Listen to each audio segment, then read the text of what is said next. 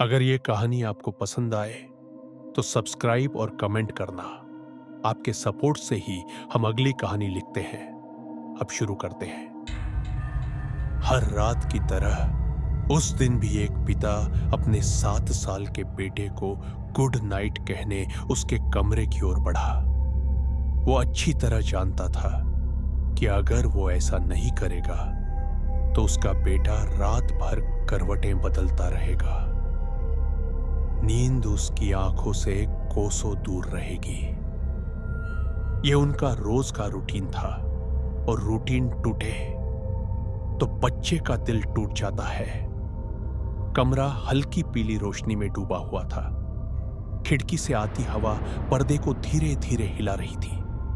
बिस्तर पर उसका बेटा लेटा हुआ था। जैसे ही पिता ने कमरे में कदम रखा, उसके दिल में अजीब सा एहसास हुआ।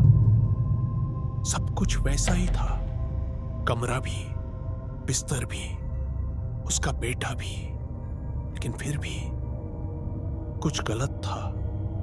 वो समझ नहीं पा रहा था कि ऐसा क्यों हो रहा है। बेटा रजाई के अंदर से झांक रहा था। चेहरा वही था, आंखें वही, लेकिन होठों पर एक अजीब मुस्कान थी। इतनी बड़ी, इतनी खिंची हुई, मानो ऐसा लगा जैसे कोई शैतान उसके अंदर बैठा हो। पिता ने हल्की आवाज में पूछा, सब ठीक है ना बेटा? बेटे ने सिर हिलाया। मुस्कान अब भी वैसी ही डरावनी।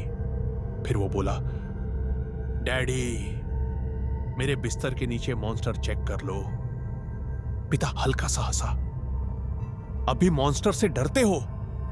उसे लगा ये बस बच्चों की कल्पना है। फिर भी सिर्फ बेटे को तसल्ली देने के लिए वो घुटनों के बल झुक गया। जैसे ही उसने बिस्तर के नीचे झांका, उसकी सांस रुक गई। वहां अंधेरे में सिकुड़ा हुआ, डरा हुआ उसका बेटा था, उसका असली बेटा। चेहरा पीला पड़ा हुआ, आंखों में आंसू भरे, होंठ कांप रहे थे। पिता का दिमाग सुन्न हो गया, दिल जोर जोर से धड़कने लगा। बिस्तर के नीचे पड़े उस बच्चे ने कांपती आवाज में फुसफुसाकर कहा, डैडी, मेरे बिस्तर पर कोई है? उस पल पिता को ऐसा लगा जैसे पूरी दुनिया थम गई हो। उसका खून ठंडा पड़ गया। पीछे बिस्तर के ऊपर कौन था? धीरे धीरे पिता ने अपना सिर ऊपर उठाया।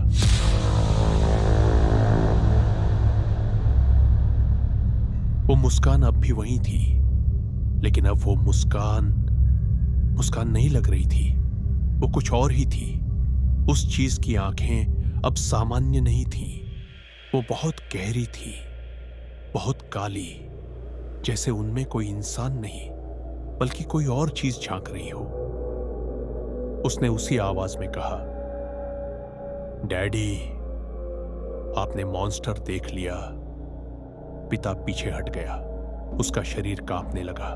उसे अब समझ आ गया था, वो चीज उसका बेटा नहीं थी। वो उठ खड़ी हुई। उसके शरीर की हर हरकत अस्वाभाविक थी। हड्डियों के चटकने की आवाज कमरे में गूंजने लगी।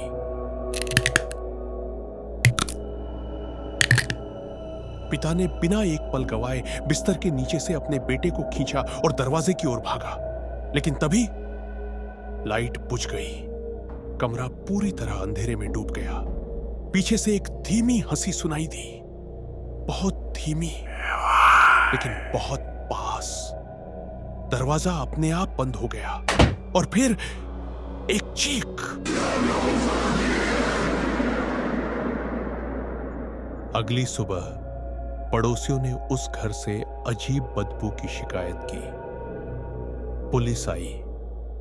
कमरे में बिस्तर पर एक बच्चा बैठा था, रजाई ओढ़े हुए, होंठों पर वही मुस्कान, कान से कान तक फैली हुई, और बिस्तर के नीचे एक आदमी का शरीर मिला, चेहरा डर से जमी हुई हालत में। बच्चे ने पुलिस की ओर देखकर कहा, अंकल, मेरे डैडी हमेशा मॉन्स्टर चेक करते थे, लेकिन इस बार मॉन्स्टर ऊपर था। कहानी यही खत्म नहीं हुई। अगर पार्ट 2 चाहिए तो कमेंट में मॉन्स्टर लिखो।